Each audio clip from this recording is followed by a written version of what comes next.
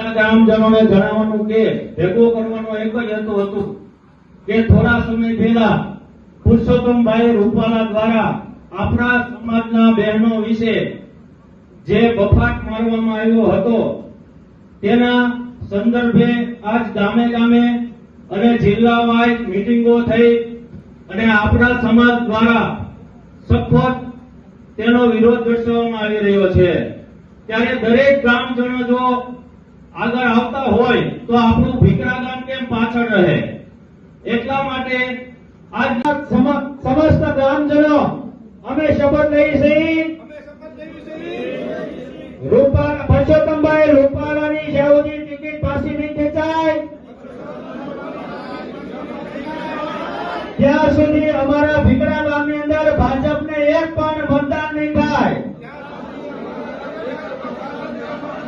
આ અમે ભીકરા ગોહિલ લાઠિયા પરિવાર શપથ લઈ છીએ।